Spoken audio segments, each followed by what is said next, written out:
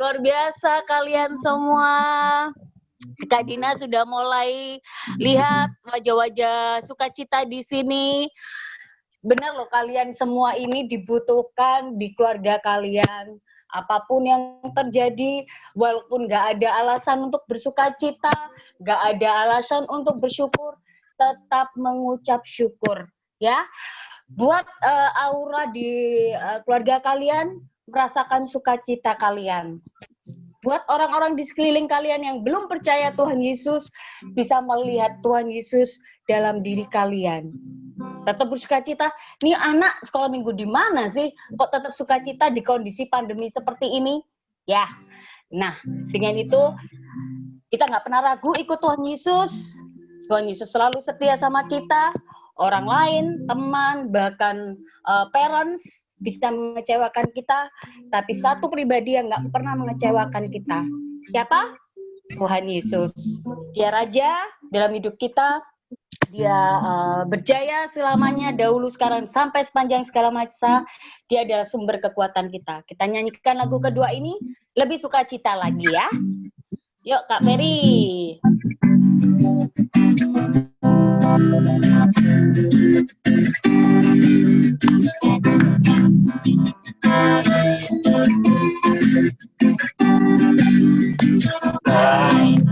Pernah ku ragu akan kesetiaanmu, kau pegang hidupku.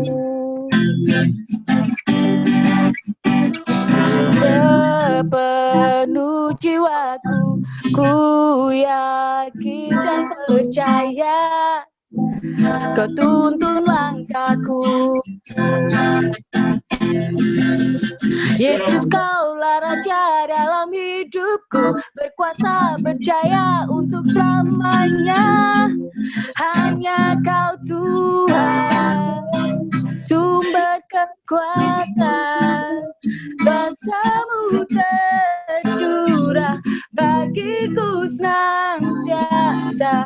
Denganmu Tuhan, ku kan berjalan dari kemuliaan sampai kemuliaan selamanya.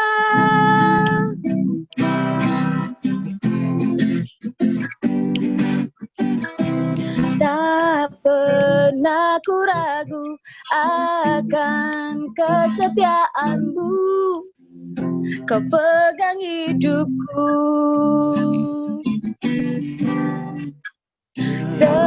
Sepenuh jiwaku, ku yakin dan percaya, kau tuntun langkahku. Yesus, kaulah Raja dalam hidupku, berkuasa berjaya untuk selamanya. Hanya Kau Tuhan, sumber kekuatan, kuasa-Mu tercurah bagiku senantiasa. Denganmu Tuhan, ku kan berjalan dari kemuliaan sampai kemuliaan selamanya. Yuk, hanya Kau Tuhan, hanya Kau Tuhan. Ayo tepuk tangan yuk. Kak Dina bisa lihat dari sini yuk. Kak Ferry bantu nyanyi Kak. Bagiku selalu denganmu Tuhan, ku kan berjalan dari kemuliaan sampai kemuliaan selamanya. Dan lagi, hanya Kau Tuhan, hanya Kau Tuhan, sumber kekuatan, kuasa-Mu tercurah senantiasa. Denganmu Tuhan, ku kan berjalan dari kemuliaan sampai kemuliaan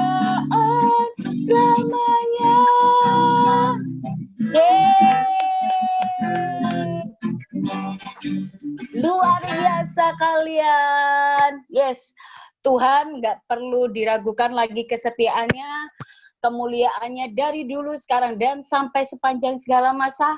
Percayalah, kebaikannya, kekuatannya, kemurahannya selalu menyertai Kak Dina dan kalian semua dimanapun kalian berada. Tularkan sukacita itu kepada orang-orang sekeliling kalian. Semangat, nggak ada yang perlu ditakutkan buat anak-anak Tuhan, anak-anak yang percaya kepada kuasa Tuhan. Tuhan Yesus pasti memegang tangan kita semua. Oke? Shalom, adik-adik, shalom, kakak-kakak semua. Senang sekali bisa berjumpa dengan kalian. Meskipun perjumpaan kita ini cuman lewat Zoom ya, tapi bersyukur hari-hari ini kita masih bisa berjumpa dengan Tuhan Yesus juga. Terutama siang hari ini ya, yang sudah lama nggak pernah lihat wajahnya adik-adik, kita ketemu lagi siang hari ini. Oke, kakak akan sharing firman Tuhan. Kakak akan cerita dulu sebelum masuk ke pesan firman Tuhan yang nggak panjang kok, pendek aja. Jadi kakak akan sharing selama ini kan negara kita dan seluruh dunia ini kan terkena pandemi corona ya. Jadi semua aktivitas, sekolah, bekerja, itu tidak bisa berjalan dengan normal ya. Oleh karena itu kakak juga sama, jadi mulai bulan 3 kemarin kan sudah nggak sekolah minggu lagi ya. Betul ya, mulai bulan 3. Nah, sekolah pun juga stop semua kan, semua sekolah dari rumah. Kakak pun juga selama masa di rumah atau masa karantina, apa yang kakak lakukan? Yang kakak lakukan sama seperti kalian. Kalau kalian kan SFH, study from home. Kalau kakak WFH, work from home. Yang kedua, selama karantina, kakak ini lebih banyak mendampingi anaknya kakak. Karena mereka juga sekolah, jadi kakak terutama mendampingi yang adiknya Jocelyn. Ya, karena adiknya Jocelyn juga sekolah lewat Zoom juga. Nah, yang ketiga ini, teman-teman, kakak selama masa karantina ini, Tuhan izinkan kakak untuk kakak ini ada di situasi yang namanya belajar firman Tuhan. Jadi mulai bulan 2 kemarin, sampai hari ini, kakak setiap hari itu boleh dibilang bersekolah. Tapi bersekolah lewat online. Sekolahnya apa sih, Kak? Ya, sekolah belajar firman Tuhan. Dan setelah kakak belajar, kakak rindu untuk membagikan apa yang sudah kakak pelajari kepada semua adik-adik di sini. Ya, nanti kalau kondisi sudah normal, kakak sudah punya beberapa planning untuk kakak bagikan.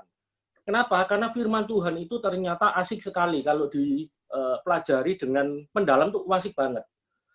Beneran asik. Dan di sini ada beberapa teman kalian yang sudah belajar sama kakak 4 kali pertemuan. Dan mereka melihat bahwa belajar dan dengerin khotbah itu beda, teman-teman. Dan ini yang kakak rasakan, kalau dengerin khotbah itu cuma kesimpulan, tapi kalau belajar itu lebih dalam. Kalian akan ngerti firman Tuhan. Dan ternyata, nah kakak sudah mulai masuk ke pesan firman Tuhan, dan ternyata satu karakter ilahi yang ada pada diri kita sebagai anak Tuhan, Tuhan mau kita ini belajar. Sampai dewasa nanti, Tuhan mau kita ini belajar. Karena Tuhan itu suka dengan sebuah proses. Nah, kakak waktu Bible study, kakak selalu ngomong sama teman-teman kalian yang ikut Bible study. Tuhan itu suka dengan namanya sebuah proses. Kalau proses untuk kalian, yang seumuran kalian, itu prosesnya namanya belajar. Jadi kalau kalian hari ini tidak melakukan sebuah proses yang namanya belajar, itu berarti ada satu karakter ilahi yang hilang dalam diri kalian. Oleh karena itu siang hari ini kakak akan kasih beberapa catatan atau beberapa bukti kenapa sih Tuhan itu suka dengan sebuah proses.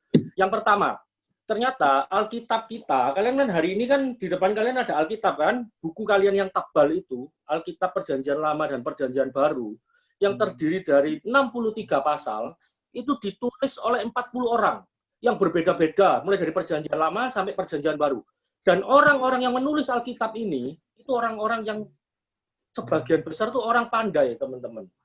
Karena di Perjanjian Lama kalian tahu ada Musa.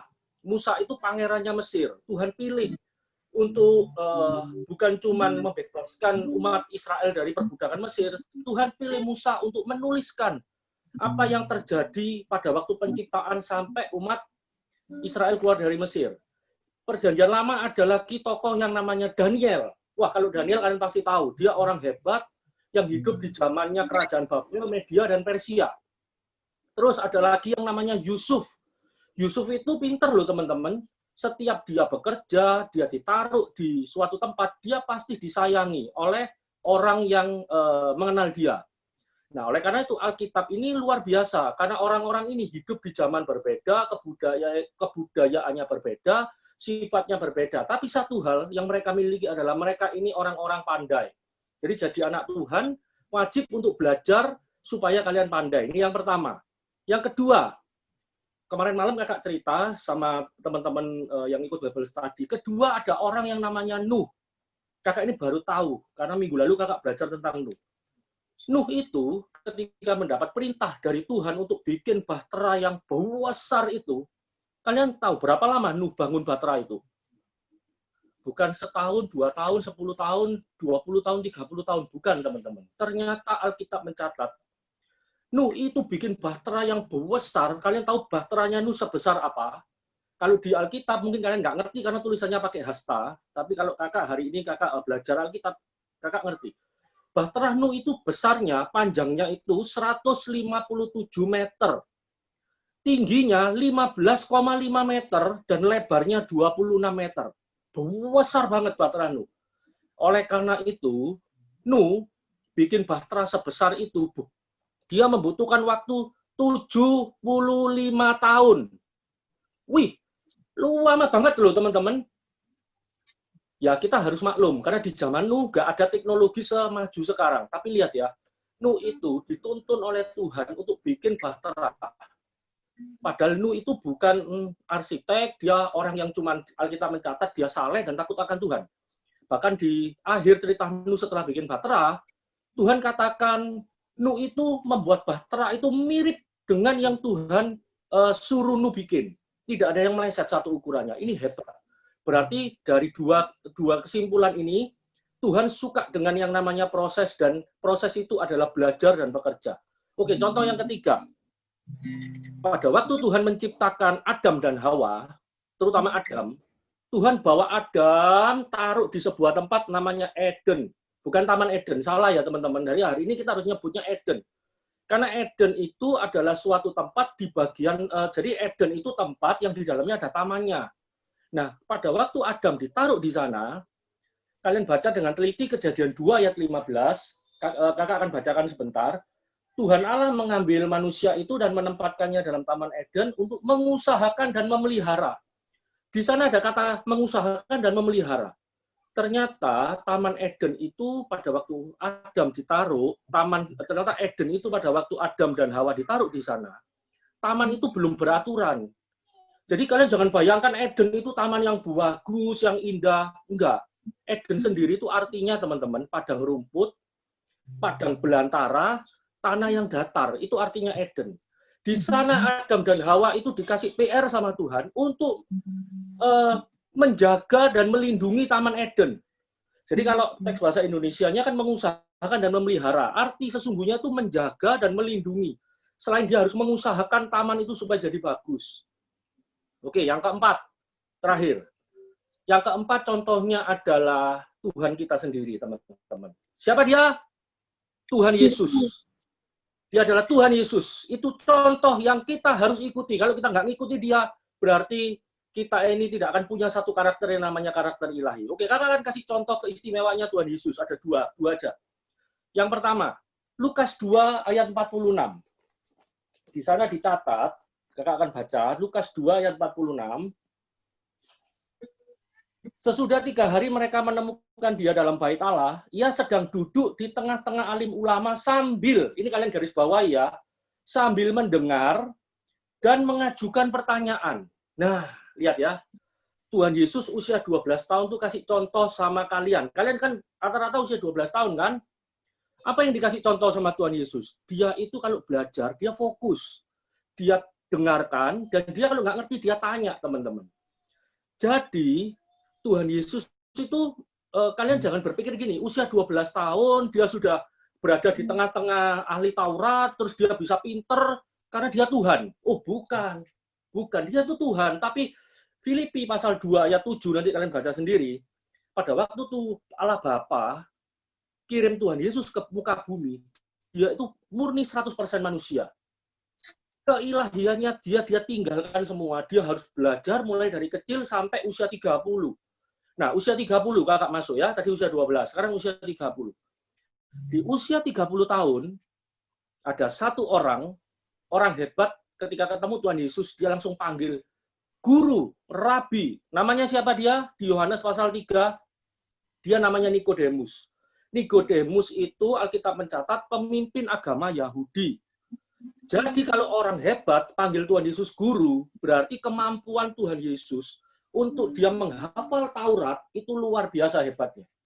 Taurat itu, kalian kakak kasih tahu, isi Taurat itu ada 631 aturan di Taurat, dan Tuhan Yesus itu bisa hafal dan Tuhan Yesus bisa mengerti. Dari mana itu? Dia belajar. Dia bukan lahir langsung jadi pintar, langsung abrakadabra. Bim salah bim, dia jadi pintar. Enggak, teman-teman. Dia belajar. Ini yang harus kita contoh dari seorang Tuhan Yesus.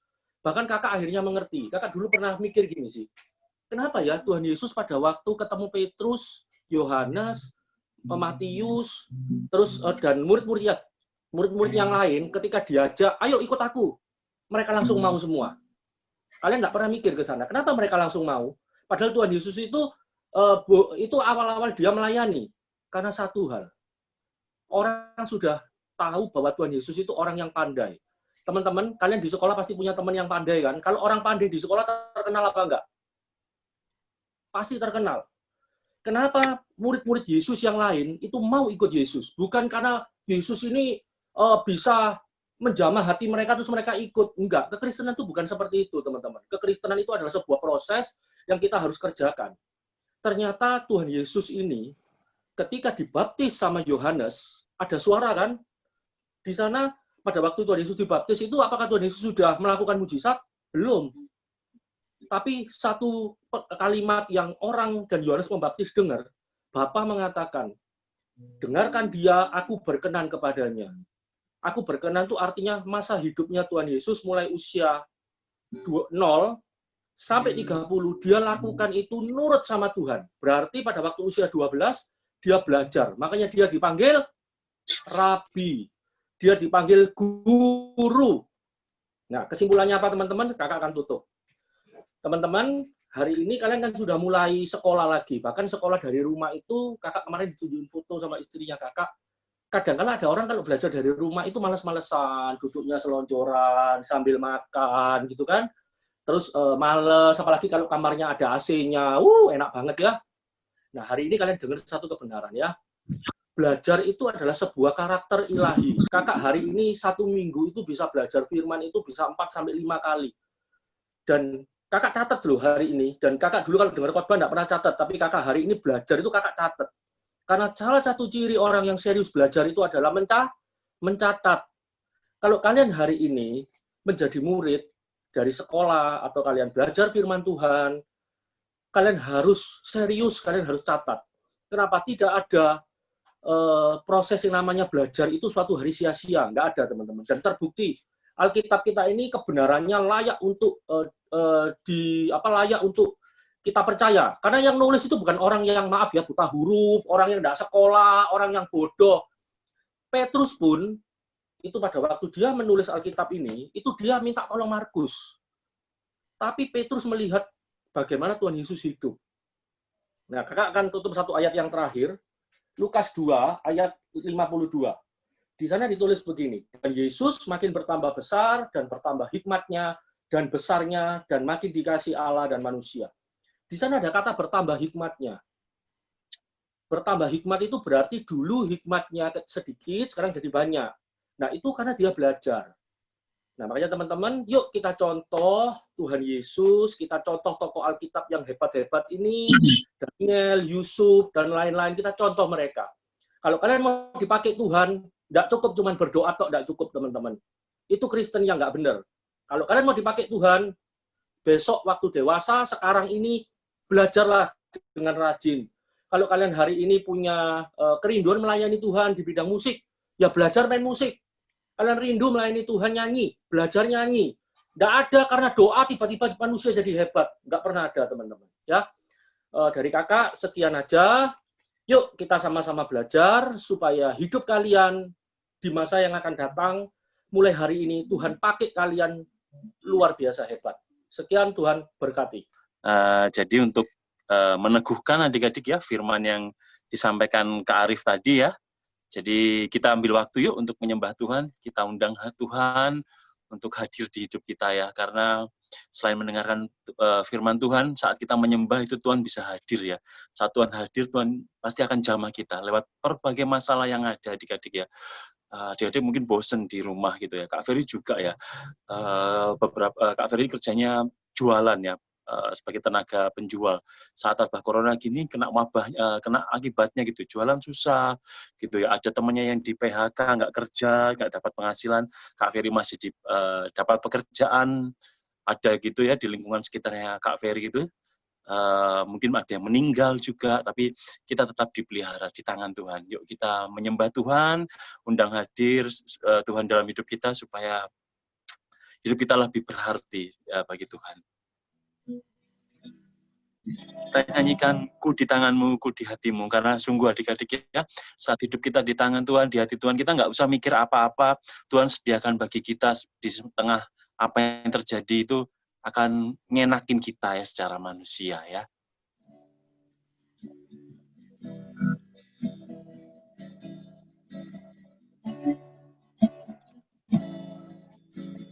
Ku di tanganmu, di hatimu, di pikiranmu, di rencanamu, tak pernah ku sendiri. Sekali lagi katakan, ku di tanganmu, ku di hatimu, di pikiranmu, di rencanamu, tak pernah ditinggalkan. Katakan sekali lagi, ku di tanganmu, Yesus, ku di hatimu, di pikiranmu, di rencanamu, tak pernah ku sendiri. Ku percaya ku di tanganmu, ku di hatimu, di pikiranmu, di rencanamu, tak pernah ditinggalkan. Ku di tanganmu, Yesus, ku di hatimu, di pikiranmu, di rencanamu, tak pernah ku sendiri. Ku di tanganmu, dan ku di hatimu, di pikiranmu, di rencanamu, tak pernah ditinggalkan, tak pernah ditinggalkan, tak pernah ditinggalkan, tak pernah ditinggalkan.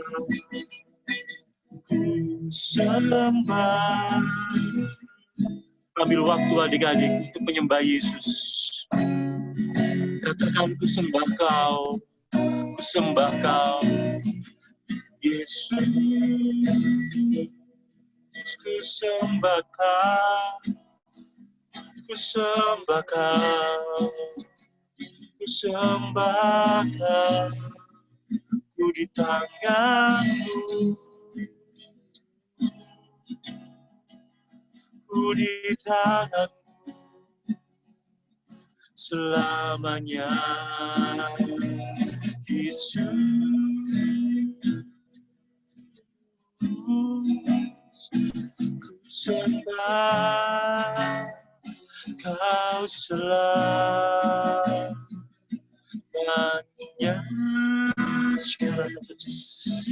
Shikara dapat cinara dapat sikara dapat Yesus. Shikara dapat cinara dapat sikara dapat Yesus.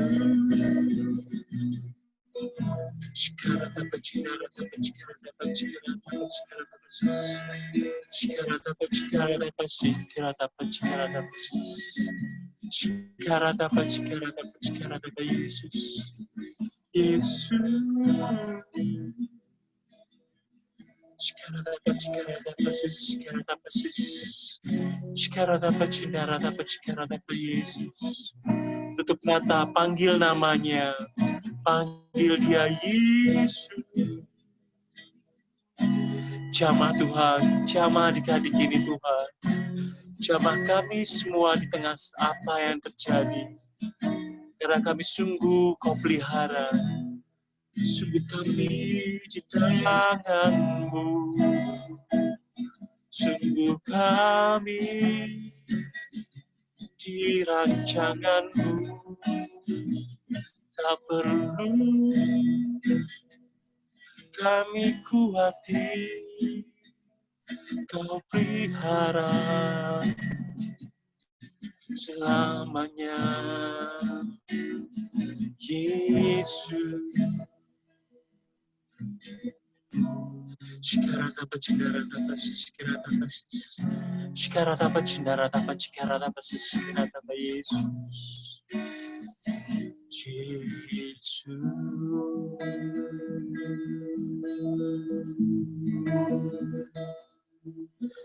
Sembah Kau selamanya.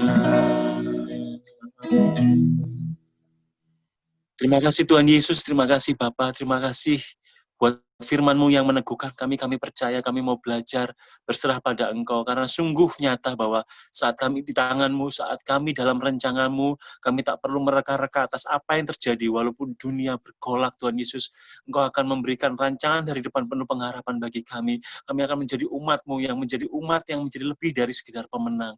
Dan kami boleh menyaksikan kepada lingkungan di mana kami berada, semua itu arah anugerah-Mu. Buat kami berbeda, Tuhan, menjadi dari anak-anak dunia.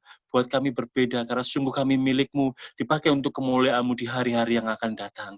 Terima kasih Tuhan Yesus, kami siap untuk lanjutan ibadah kami berikutnya. Kami percaya ibadah ini akan mendatangkan kebaikan bagi kami secara rohani. Padamu kami berserah, Yesus Kristus selamanya. Haleluya, amin.